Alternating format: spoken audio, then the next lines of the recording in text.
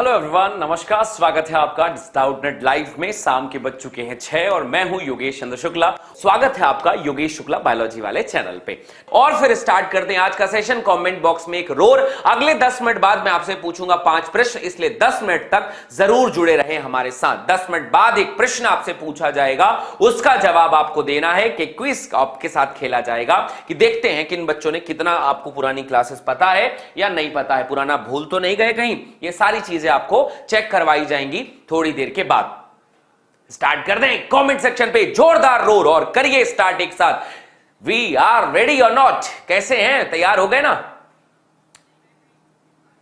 सारे बच्चे तैयार हैं? Hello hello hello. और जो भी बच्चे पहली बार नए आए हैं, ठीक है, जो भी बच्चे पहली बार नए आए हैं वो सारे बच्चे आज हमारे चैनल को सब्सक्राइब करे बिना बिल्कुल नहीं जाएंगे। चलिए जनाब शुरुआत करते हैं। आखिरी क्लास में पढ़ाया था मैंने आनुवांशिक पदार्थ के लिए आपको एक मेथड जो था हार्शे एंड चेस का मेथड। हमने लास्ट क्लास में पढ़ा था हार्शे एवं चेस का मेथड। ये किसके लिए था? क्या प्रूफ किया था? कि आनुवांशिक पदार्थ डीएनए है। याद आई बात? आनुवांशिक पदार्थ जो है वो डीएनए है। ये बात हमने आखिरी क्लास में प्रूफ कर दी थी। होप सो सारे बच्चों को ये बात दिमाग में बैठ गई होगी। हाँ महाराज, बिल्कुल क्लियर है कि हमारा आनुवांशिक पदार्थ जो है वो डीएनए है। हमारा आनुवांशिक पदार्थ जो होता है वो डीएनए है। आगे बढ़ते हैं मेरे बच्चे, आगे। आनुवांशिक पदार्थ डीएनए है तो ये पॉइंट आता है कि अब बताओ आनुवांशिक पदार्थ में होना क्या चाहिए। ठीक है, आनुवांशिक पदार्थ के गुण, मतलब सीधी सी बात है ना, किसी से पूछा जाए कि भैया तुम ठीक है, तुम इसके होने वाले पति या पत्नी हो, ठीक है, लेकिन उससे यह भी तो पूछा जाना चाहिए कि तुमको कैसा पति चाहिए। बताओ क्या क्या गुण होना चाहिए उसके अंदर, क्या क्या लक्षण होने चाहिए उसके अंदर, यह भी तो पता चलना चाहिए ना हम लोगों को। तो आइए देखते हैं उसके अंदर क्या क्या गुण होना चाहिए। बताओ यार, जरा हमको भी बताओ कौन कौन से लक्षण होने चाहिए। अगर कोई आनुवांशिक पदार्थ इस दुनिया में कहला रहा है तो उसके पास क्या क्या होना चाहिए? कोई 4 कैरेक्टर उसके पास होना चाहिए।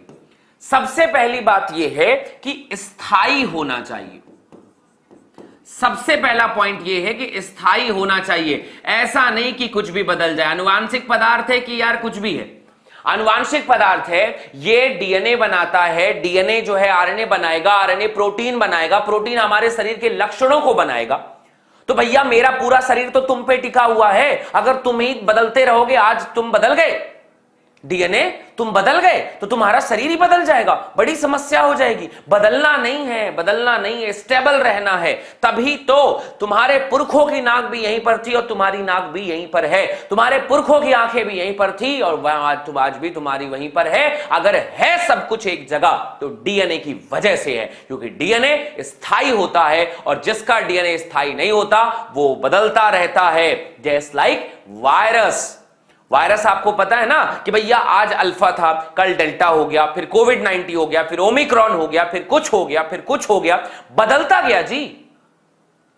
ठीक है, बदलता गया तो वो बदल रहा है। हम नहीं बदलने वाले भैया। तो डीएनए को जो है स्थायी होना चाहिए, पहली चीज तो। दूसरा पॉइंट ये है कि मेंडल के नियम वाले फॉलो होना चाहिए। मतलब लक्षणों का जनकों से, ठीक है, अगर तुम आनुवांशिक पदार्थ है, जनकों से संतति तक स्थानांतरण करने वाला होना चाहिए कि तुम आनुवांशिक पदार्थ क्यों बने हो। इतना भी नहीं कर सकते कि माता पिता के लक्षणों को बच्चों में लेकर जाओ। स्थानांतरण करने वाला होना चाहिए। इस दुनिया में अगर मुझे चाहिए तो ऐसा पति चाहिए जो स्थायी हो और जो लक्षणों को माता पिता से, मतलब जनक से संतति तक लेकर जाए, वो आनुवांशिक पदार्थ है। तीसरी बात, ठीक है बॉस, जनकों को संतति तक ले जाने का जो गुण है इसे अपन कहते हैं कि भैया ये जो मेंडल का नियम तो यही कहता है ना, तो मेंडल के नियम को फॉलो करता हूं। जो मेंडल का नियम जो फॉलो करता हो, अगर मेंडल के नियम को फॉलो करता है तो भैया ये बात होना चाहिए, करता हो तो हम मान लेंगे ठीक है, चलो तुम आनुवांशिक पदार्थ हो। हम मान लेंगे कि तुम आनुवांशिक पदार्थ हो, ठीक है, तुम्हें एक और दे देंगे। चलो तीसरी बात आती है, और कुछ बातें एकदम इसमें। अगली बात यह है कि सेल्फ रेप्लिकेटिंग होना चाहिए। अरे क्या होना चाहिए जी? सेल्फ रेप्लिकेटिंग होना चाहिए। तो सेल्फ रेप्लिकेटिंग होना चाहिए का मतलब यह होता है कि स्व प्रतिकृतिकरण करे, स्वतः प्रतिकृतिकरण करे। डीएनए से डीएनए बनाने के लिए हमें कुछ बाहर से मशीन नहीं लानी पड़े, स्वतः प्रतिकृतिकरण कर सके, अपनी संख्या को स्वयं बढ़ा सके, तो ही आनुवांशिक पदार्थ माना जाएगा, अदरवाइज आनुवांशिक पदार्थ नहीं माना जाएगा। और चौथी ख्वाहिश है कि अगर मिले मुझे तो ऐसा मिले कि कभी कभी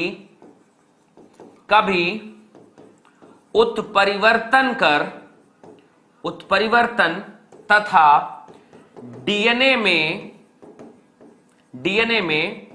बदलाव हो सके, डीएनए जो है वो बदलाव हो सके। और जब डीएनए में बदलाव हो सके जिससे विकास हो, जिससे क्या हो बेटा? विकास हो। जैसे बंदरों के पास में पूंछ थी, तुम्हारे पास नहीं है, तो यार थोड़ा बहुत बदलाव हो भी जाना चाहिए। अगर एक भी बदलाव नहीं होगा तो ऐसे में तो सब विलुप्त हो जाएंगे, अगर परिस्थिति नहीं बनी ढंग की। तो बदलाव होना चाहिए। बदलाव ऐसा कि भैया देखो, चाइना के इंसान अलग टाइप के दिखाई देते हैं, इंडिया के इंसान अलग टाइप के दिखाई देते हैं, और क्या बोलते हैं, अरब कंट्री चले जाओ अलग टाइप के दिखाई देते हैं, और जाके इंग्लैंड चले जाओ अलग प्रकार के, नाइजीरिया चले जाओ अलग प्रकार के। तो थोड़ा डीएनए इधर उधर बदलाव होना भी चाहिए, डीएनए में थोड़ा बहुत बदलाव होना भी चाहिए। यह पहला पॉइंट है। और दूसरा पॉइंट यह है कि डीएनए अगर बदल रहा है, डीएनए अगर चेंज हो रहा है, तो डीएनए चेंज होने के पीछे रीजन यह है बेटा जी कि डीएनए थोड़ा बहुत बदलाव, ज्यादा नहीं, तुरंत बदलाव नहीं करना है, लेकिन एक बड़ा बदलाव जो है तुरंत नहीं करना है, लेकिन थोड़ा थोड़ा बदलाव ले लेकर, जैसे इंसान से पूंछ चली गई, जैसे हमारे पूरे शरीर से बाल चले गए, जैसे हमारे कुछ दांत अभी निकल गए, जैसे हमारी अवशोषिका चली गई, वैसे ही कुछ लक्षण होने चाहिए। तो मुझे फटाफट बता दो कि यार हां जी सर, हमने ये बात समझ ली कि स्थायी होना चाहिए, आनुवांशिक पदार्थ के इतने गुण होने ही चाहिए। ठीक है, आनुवांशिक पदार्थ के अंदर ये गुण होने ही चाहिए कि वो स्थायी होना चाहिए, लक्षणों का जनक से संतति का स्थानांतरण करने वाला होना चाहिए, मेंडल का नियम फॉलो करने वाला होना चाहिए, स्वतः प्रतिकृतिकरण करने वाला होना चाहिए, कभी उत्परिवर्तन तथा डीएनए में बदलाव करके थोड़ा बहुत बदलाव पॉसिबल होना भी चाहिए। ठीक है भाई, अब लड़ाई छिड़ी है डीएनए और आरएनए में, और मसलन लोग कहते हैं कि डीएनए इस लड़ाई को जीतता है। तो डीएनए ही इस लड़ाई को क्यों जीता? तो अब हमारे सामने एक बहुत बड़ा सवाल जो नीट में, बोर्ड में हर जगह पूछा जाता है कि भैया डीएनए और आरएनए बनाम डीएनए कर दो, लड़ाई हुई दोनों की। इसने कहा नहीं हम आनुवांशिक पदार्थ, हम, इसने कहा नहीं हम, तो हम की लड़ाई में हम कौन? हम चलो देखते हैं किस में है कितना दम। फटाफट समझते हैं कि डीएनए और आरएनए के बीच में क्या डिफरेंस है। पहले तो इसका नाम बताओ। तो इसका नाम है मेरे बच्चे डीऑक्सी राइबोन्यूक्लिक अम्ल, न्यूक्लिक एसिड। इसका नाम क्या है? इसका नाम है राइबो न्यूक्लिक एसिड। बहुत बढ़िया, ये दो नाम हो गए हमारे पास में कि राइबो न्यूक्लिक एसिड है, और हमारे पास में जो दूसरा नाम है राइबो न्यूक्लिक एसिड है, और दूसरे का नाम है deoxyribo nucleic acid, deoxyribo nucleic acids. Okay done, बहुत सुंदर बात है। ये तो आगे पहुंचते हैं बेटा कि इसके बाद यहां पर होता है डीऑक्सी राइबोज शर्करा पाई जाती है, डीऑक्सी राइबोज शर्करा है इनके पास। और इनके पास कौन सी शर्करा है भैया? राइबोज शर्करा है। कौन सी शर्करा है? राइबोज शर्करा है। क्या फर्क है दोनों में? राइबोज एंड डीऑक्सी राइबोज में क्या फर्क है बोलो भैया? इसके सेकेंड पोजीशन पे H होता है, और इसके सेकेंड पोजीशन पे OH होता है। भूले तो नहीं हो ना? तो यहां पर यह हुआ कि सेकेंड पोजीशन पे H है, मतलब यहां पर एक कम, यहां पर कम OH, यहां पर कम OH समूह होता है।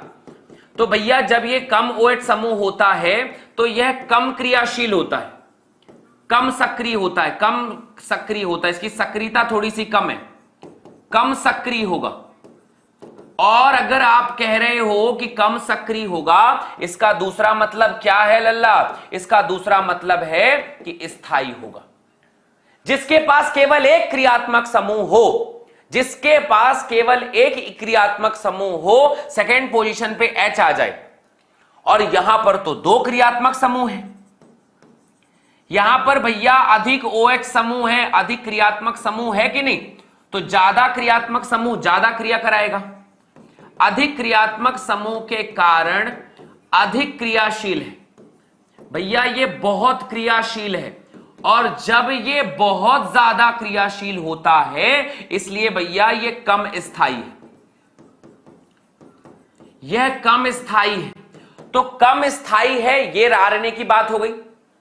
अरे और कमेंट सेक्शन पे जल्दी बताओ यहां पर आंसर भैया कि इनमें और क्या फर्क है, इनमें और क्या फर्क है।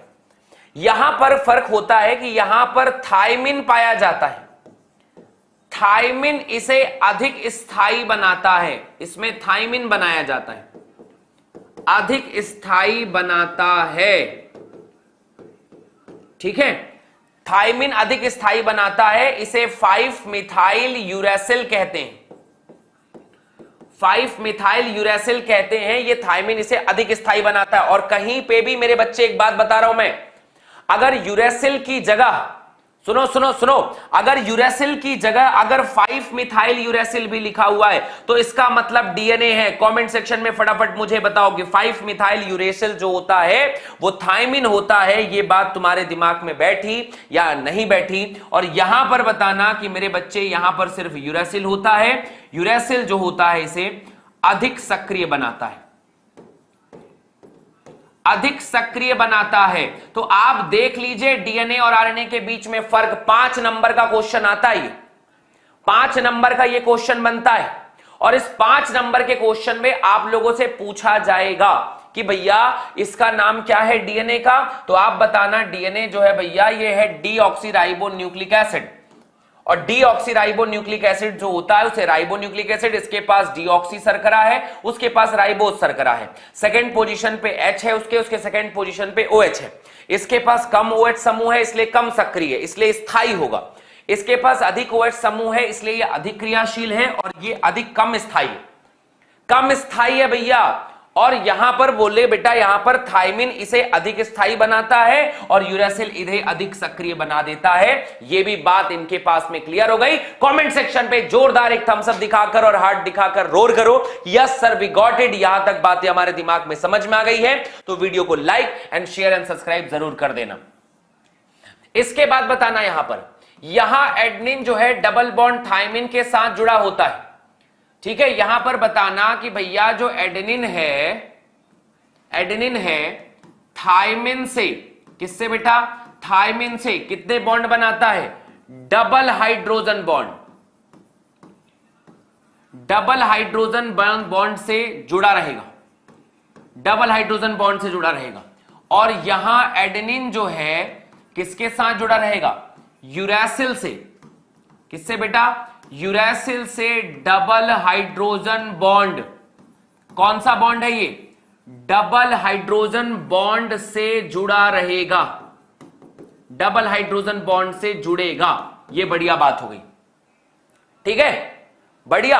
अब एक बात और है बेटा, यहां पर डीएनए जो होता है वो हमेशा होता है द्विरज्जुकी, डीएनए हमेशा होता है द्विरज्जुकी, और आरएनए जो होता है वो जनरली एक रज्जुकी भी हो सकता है, और यहां पर ये द्विरज्जुकी भी हो सकता है। हालांकि डीएनए भी कभी कभी एक रज्जुकी होता है, पर मुख्यतः ये एक रज्जुकी द्विरज्जुकी दोनों हो सकता है। ये भी द्विरज्जुकी और एक रज्जुकी दोनों मान सकते हैं कि दोनों के पास में कभी ये सब कुछ पाया जा सकता है। अगली कहानी, डीएनए के बारे में यह कहा जा सकता है बेटा कि ठीक है ये कहानी हो गई, ये है डीएनए और आरएनए में अंतर। कह दो हां जी कि ये बात समझ में आ गई है, दोनों के बीच का फर्क हमारे सामने क्लियर है, हमारे सामने क्लियर है। हमने पढ़ लिया कि क्या इनमें होना चाहिए और वो कौन कौन से गुण हैं जिसके आधार पर हम लोगों ने ये काम किया है, ठीक है। चलो मेरे बच्चे, अब अगली कहानी आती है, एक और नया टॉपिक है आरएनए वर्ल्ड। एक बड़ा टॉपिक आता है आरएनए वर्ल्ड। आरएनए का संसार बताओ कि आरएनए के संसार में क्या क्या पता चला तुम्हें। एक बात बताओ, दुनिया का पहला आनुवांशिक पदार्थ कौन रहा होगा? सोचो, दुनिया का पहला आनुवांशिक पदार्थ कौन रहा होगा? मुझे आंसर चाहिए। दुनिया का पहला आनुवांशिक पदार्थ कौन रहा होगा? कौन है first genetic material of in this world? इस वर्ल्ड का पहला आनुवांशिक पदार्थ होता है। बेटा डेली लाइव क्लास 6 बजे चलती है, आनंद यादव, सेम टाइम पे 6 बजे क्लास होती है। और कल मैं आप लोगों से 3 बजे भी मिलूंगा 11th के सेशन को लेकर। तो आप लोग आइए, मिलकर बनाते हैं सेशन को जोरदार, और आप लोगों को पढ़ाते भी हैं जोरदार, ताकि हर एक चीज कवर हो जाए आपकी। आ जाओ मेरे बच्चे, आरएनए संसार के बारे में थोड़ी आरएनए की तारीफ पढ़ लेते हैं। विश्व में पहला आनुवांशिक पदार्थ, फर्स्ट जेनेटिक मटेरियल कौन है आपको पता है? आपको बताना है आरएनए पहला आनुवांशिक पदार्थ है। दुनिया में जब कुछ भी नहीं था तब दुनिया के जो छोटे जीव थे, आनुवांशिक पदार्थ था। ठीक है, पहला आनुवांशिक पदार्थ दुनिया में आरएनए पहला आनुवांशिक पदार्थ बना था। अच्छा, आपसे पूछा जाए कि भैया डीएनए किसका आनुवांशिक पदार्थ है, तो आप बताना डीएनए सभी जीव का आनुवांशिक पदार्थ होता है।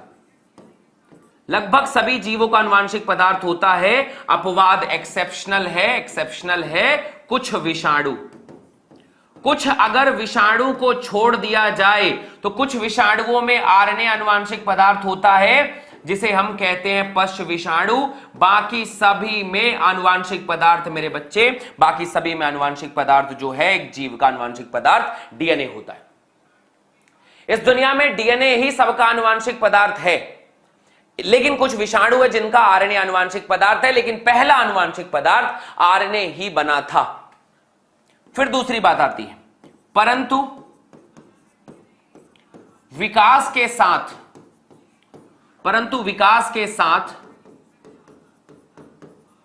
जीवों में अधिक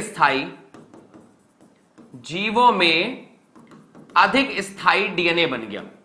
उनके पास अधिक स्थायी डीएनए बन गया। ठीक है भाई, अब यहां पर देखते हैं कि उनके पास डीएनए बन गया, तो अब क्या करें? डीएनए बन गया तो तीसरे नंबर पे आ गया। ठीक है भाई, इनके पास अधिक स्थायी डीएनए बन गया।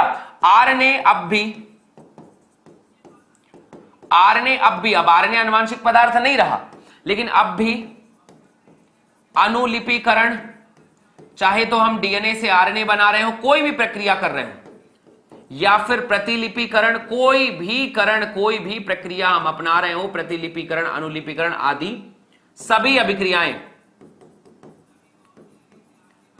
अभिक्रिया में आरएनए मुख्य रूप से अदा करता है। आरएनए मुख्य भूमिका में होता है, तो आरएनए ऐसा नहीं कि कोई काम का नहीं है, आरएनए बहुत काम है, मुख्य भूमिका में है, अनुलिपीकरण करवा रहा है, प्रतिलिपिकरण करवा रहा है, सब करता है। पर पहले आनुवांशिक पदार्थ ये था, पहला दुनिया का आनुवांशिक पदार्थ, जब दुनिया के पहले जीव बने होंगे तो आरएनए ही बना होगा। पर आरएनए बहुत ज्यादा बदलता था, आज ये था, कल वो था, परसों ये था, फिर ये था, फिर ये था, बहुत बदलता था। और इतना बदलने वाला इंसान हमें चाहिए नहीं, हमें चाहिए स्टेबल। तो स्टेबल बनाने के बाद हमने आरएनए से क्या बना दिया? डीएनए बना दिया। हमने आरएनए से फिर डीएनए बनाया कि यार कुछ तो स्थायी रहेगा, ठीक है? मेरी बात समझ में आई मेरी बात? यहां पर यह पॉइंट आपको याद रखना है। और आरएनए अब भी अनुलिपीकरण, प्रतिलिपीकरण सभी अभिक्रिया में आरएनए मुख्य भूमिका में होता है। ये 3 कार्यक्रम याद रखना है कि भैया काम तो बहुत सारा करता है, ऐसा है, याद रखने का है। इसके बाद चौथे नंबर पे आता है, आरएनए के बारे में कहोगे अब भी सूचनाओं के आदान प्रदान के लिए, सूचनाओं के स्थानांतरण के लिए, कोई भी सूचना है उसका स्थानांतरण करना हो, स्थानांतरण के लिए आरएनए बेस्ट मटेरियल है। तो भैया लल्ला तुमसे पूछा जाएगा कि पहला आनुवांशिक पदार्थ कौन है, तुम कह देना ना डीएनए है, ना डीएनए रहा होगा, नहीं, आरएनए पहला आनुवांशिक पदार्थ रहा होगा। उसके बाद वो डीएनए अधिक स्थायी मटेरियल बना लिया। एंड दूसरी सबसे बड़ी बात यह है कि सूचनाओं को अगर इधर से उधर लेकर जाना है, कुछ भी ट्रांसफर करना है, कुछ भी स्थानांतरण करना है इधर से उधर, तो कौन करवाएगा? ये करवाता है मेरे बच्चे हमारे पास में आरएनए करवाता है। और इस तरीके से आनुवांशिक पदार्थ हो गया डन, खत्म। तो कौन है आनुवांशिक पदार्थ? आरएनए की डीएनए। और आरएनए को क्यों नहीं लिया, बात समझ में आई? आरएनए को क्यों नहीं लिया आनुवांशिक पदार्थ में, बात समझ में आई? वीडियो को लाइक कर दो फटाफट, यहां पर सब्सक्राइब करो हमारे चैनल को और बताओ कि यहां तक बातें समझ में है। और अब मैं पढ़ाने जा रहा हूं the great great great replication, प्रतिलिपिकरण पढ़ाने जा रहा हूं। एक बहुत बड़ा प्रक्रिया प्रतिलिपिकरण। तैयार हो आप लोग पढ़ने के लिए? अब हमारे पास में आता है मेरे बच्चे central dogma of molecular biology. Central dogma of molecular biology का मतलब होता है बॉस कि वंशागतिकी के, मतलब क्या बोलना चाहिए, मॉलिक्यूलर बायोलॉजी का मतलब होता है आणविक जीव विज्ञान का, आणविक जीव विज्ञान का मूलभूत आधार, मूलभूत सिद्धांत कि भैया इस दुनिया में जो डीएनए है वो डीएनए है तो कैसे है और डीएनए है तो क्या करेगा। ठीक है, सेंट्रल डोग्मा हम पढ़ने जा रहे हैं। क्या पढ़ने जा रहे हैं? सेंट्रल डोग्मा हम पढ़ने जा रहे हैं कि सेंट्रल डोग्मा क्या है और ये कैसे होता है। सेंट्रल डोग्मा के ऊपर में हम सारी चीजों को कैसे पढ़ते हैं, what is exactly central dogma, और सेंट्रल डोग्मा के बेसिस में हम लोग क्या क्या चीजें अपन बना सकते हैं, उन्हीं चीजों पर अपन बात करने जा रहे हैं। आइए शुरुआत करते हैं। तो जब अपन सेंट्रल डोग्मा की बात करेंगे बच्चे, तो हमारे पास सबसे पहले होता है डीएनए। ठीक बंधु, अच्छी बात है। इसे भी ग्रिफिथ नहीं दिया था। डीएनए के बाद यहां पर हमारे पास Friedrich Miescher, RNA, Frederick Griffith नहीं, फ्रेडरिक मिक्सचर, आरएनए, और आरएनए के बाद बनता है प्रोटीन। ठीक है, तो मिक्सचर साहब की कहानी शुरू होती है कि मिक्सचर साहब ने कहा कि भैया डीएनए से डीएनए बनेगा और डीएनए से डीएनए बनने की प्रक्रिया को हम कहेंगे प्रतिलिपिकरण। अरे क्या कहेंगे जी? प्रतिलिपिकरण, और इसे आप इंग्लिश में कहेंगे रेप्लिकेशन। पक्की बात? डीएनए से आरएनए बनने वाली प्रक्रिया को हम कहते हैं भैया अनुलिपिकरण। तो कहीं पर अगर अनुलिपिकरण की जगह अनुलेखन दिखाई दे तो कंफ्यूज मत हो जाना, एक ही मतलब है, ट्रांसक्रिप्शन कहते हैं इसको। डीएनए से बनता है आरएनए और फिर बनता है आरएनए से प्रोटीन, इसे हम कहते हैं हिंदी में अनुवादन, और अनुवादन का हिंदी मतलब, इंग्लिश मतलब होता है ट्रांसलेशन। तो आपके सामने central dogma of molecular biology दिखाई दे रहा है। Central dogma of molecular biology दिखाई दे रहा है। बस इतनी चीजों को आपको समझना है कि भैया ये कोई कार्यक्रम है जिसके आधार पर हम ये चीजें कर रहे हैं। बस इतनी बातें आप लोगों को ध्यान पे रखनी है कि ये है हमारा सेंट्रल डोग्मा। ये क्या है? हमारा central dogma of molecular biology, और इस हिसाब से पूरी कहानी चलेगी। डीएनए से डीएनए बनने की प्रक्रिया रेप्लिकेशन, डीएनए से आरएनए बनने की प्रक्रिया ट्रांसक्रिप्शन, आरएनए से प्रोटीन बनने की प्रक्रिया ट्रांसलेशन।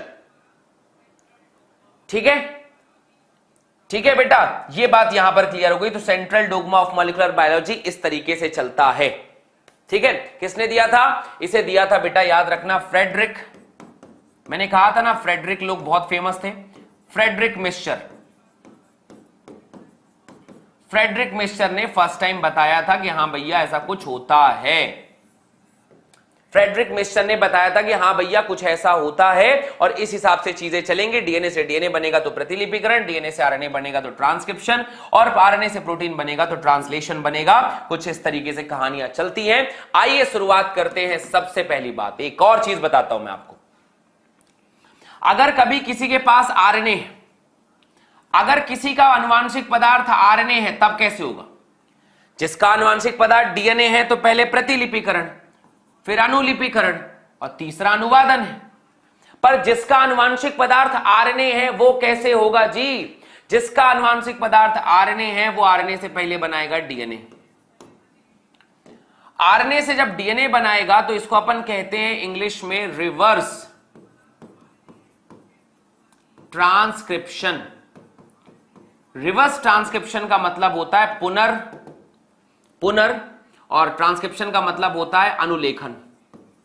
रिवर्स ट्रांसक्रिप्शन अनुलेखन जिसे अपन कहते हैं। और आजकल जब से कोरोना आया तो ये शब्द आपने बहुत सुना होगा, RT PCR, reverse transcriptase PCR. और डीएनए से डीएनए बनाना, फिर अगेन वही बात है, कौन सी प्रक्रिया है बेटा? ये प्रतिलिपिकरण, ट्रांसक्रिप्शन की प्रक्रिया, यहां पर ये प्रक्रिया है। और भैया हमारे पास आरएनए से डीएनए बनाना है तो फिर क्या लगेगा? डीएनए से आरएनए बनाना है तो फिर हम करेंगे यहां पर अनुलेखन, फिर हम करेंगे अनुलेखन। और सबसे आखिरी में फिर होगा यहां पर प्रोटीन बनाना, प्रोटीन यानी लक्षण, और लक्षण का मतलब होता है भैया अनुवादन देना। हम इसमें अनुवादन देंगे। क्या देंगे? अनुवादन देंगे। ठीक है, तो इस तरीके से हमारे पास में 4 प्रक्रियाएं होंगी भैया। पहला रिवर्स ट्रांसक्रिप्शन, दूसरा प्रतिलिपिकरण, तीसरा अनुलेखन और चौथा अनुवादन। इस तरह से ये 4 प्रक्रियाएं चलती हैं। कह दो हां जी कमेंट सेक्शन पे कि बॉस यहां तक बातें समझ में है। कमेंट सेक्शन पे एक बार प्यारा सा रोर होना चाहिए और कह दो कि हां जी यहां तक बातें हमारे समझ में आ गई हैं। अब पूछूंगा आपसे मैं 5 सवाल, तैयार हो?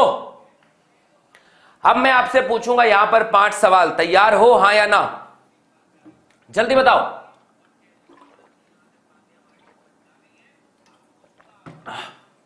जल्दी बोलो और कमेंट सेक्शन पे लाइक कर देना। कमेंट सेक्शन पे बताना कि क्या कैसी चल लग रही क्लास, और वीडियो को लाइक कर दो, शेयर कर दो अपने सभी दोस्तों के साथ, सब्सक्राइब कर लो यहां पर पॉइंट को। ठीक है, तमन्ना मलिक कुछ ऐसा समझो बेटा कि डीएनए से डीएनए बनना प्रतिलिपिकरण है, डीएनए से आरएनए बनना अनुलिपिकरण है, आरएनए से प्रोटीन बनना अनुवादन है। अगर यही चीज किसी का आनुवांशिक पदार्थ आरएनए है तो सबसे पहले वो पुनर्अनुलेखन करेगा। ठीक है, पुनर्अनुलेखन का मतलब होता है रिवर्स ट्रांसक्रिप्शन। फिर डीएनए से डीएनए बनेगा प्रतिलिपिकरण, डीएनए से आरएनए बनेगा अनुलेखन, आरएनए से प्रोटीन बनेगा अनुवादन। कुछ इस तरीके से जिंदगी चलती रहती है। ठीक, आ जाओ मेरे बच्चे, क्वेश्चन शुरुआत करते हैं। सबसे पहली बात याद रखने हैं कि डीएनए ही आनुवांशिक पदार्थ है।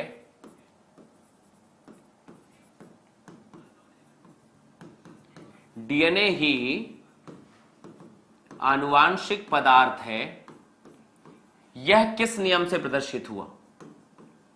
यह किस नियम से सिद्ध हुआ? कौन सा नियम था जिसने सिद्ध किया? किस नियम से सिद्ध हुआ? बताओ बताओ बताओ बताओ फटाफट। वो कौन सा नियम है जिससे यह सिद्ध हो गया कि हाँ आनुवांशिक पदार्थ डीएनए है?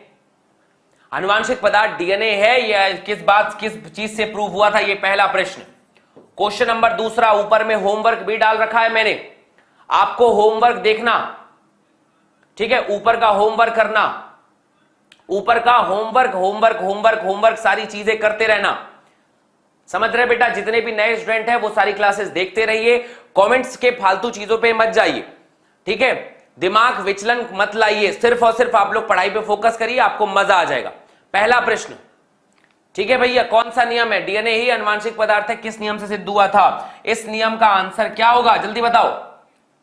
इसका आंसर हुआ बेटा डीएनए ही आनुवांशिक पदार्थ है। इस बात को प्रूव करने के लिए हमारे पास साइंटिस्ट थे हार्शे एवं चेस।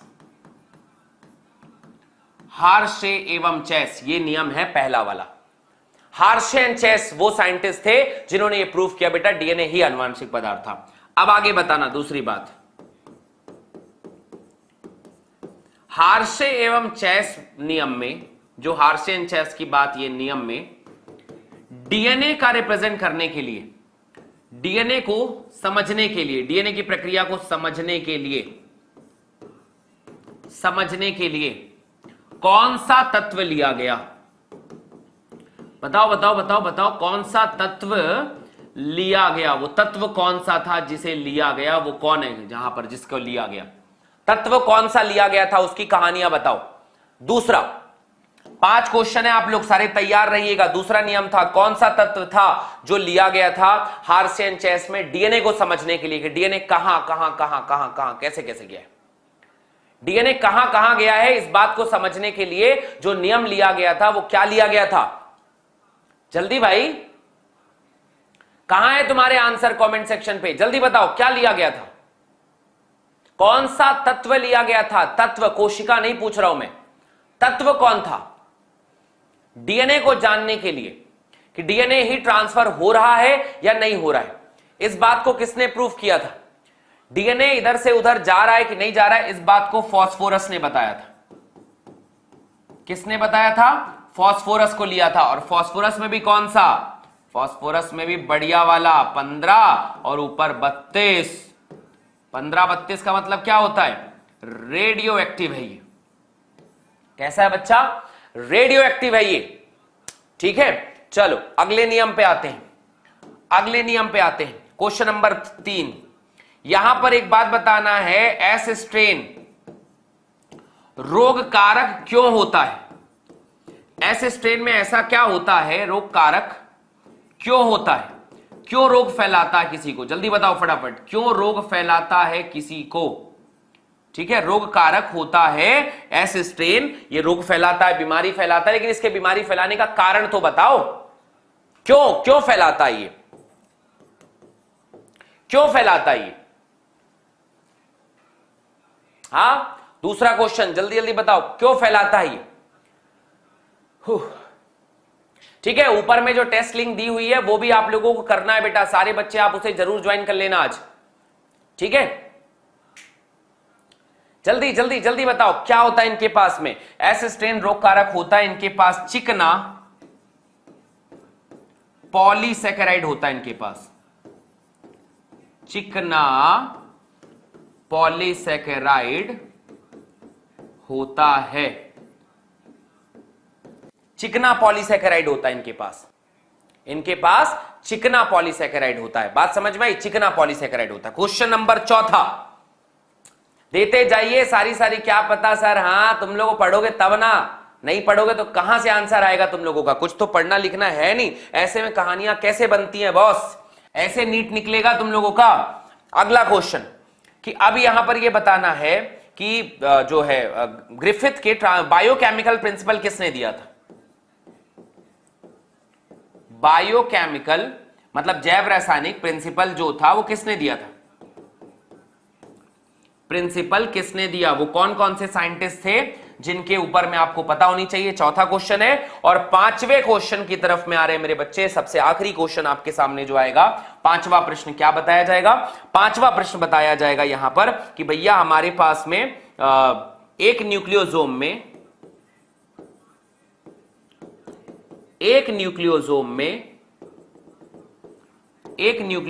में कितने नाइट्रोजनस बेस, यानी मतलब नाइट्रोजनस बेस नहीं, बेस पेयर बताना है आपको। इसमें कितने बेस पेयर होते हैं बताओ, कितने बेस पेयर होते हैं? ये 5 प्रश्न फटाफट मुझे जवाब बता दो। क्या सही आंसर है इन क्वेश्चंस का? क्या आंसर है? जल्दी जल्दी जल्दी बताओ, किसने दिया था? बायोकेमिकल प्रिंसिपल को दिया था मेरे बच्चे यहां पर मैकलॉड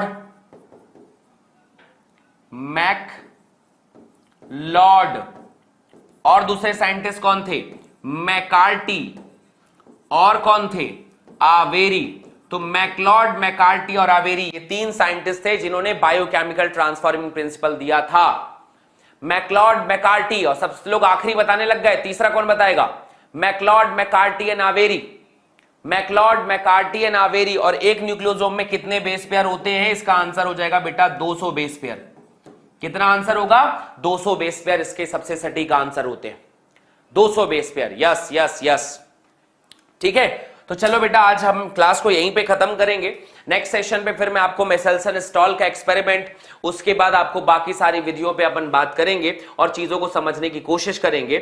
मिलते हैं नेक्स्ट सेशन पे, तब तक के लिए बहुत बहुत धन्यवाद। ऊपर की टेस्ट लिंक को जरूर कंप्लीट कर लीजिए, अपना ध्यान रखिए और मिलते हैं फिर नेक्स्ट सेशन में। लव यू ऑल बेटा, बाय बाय।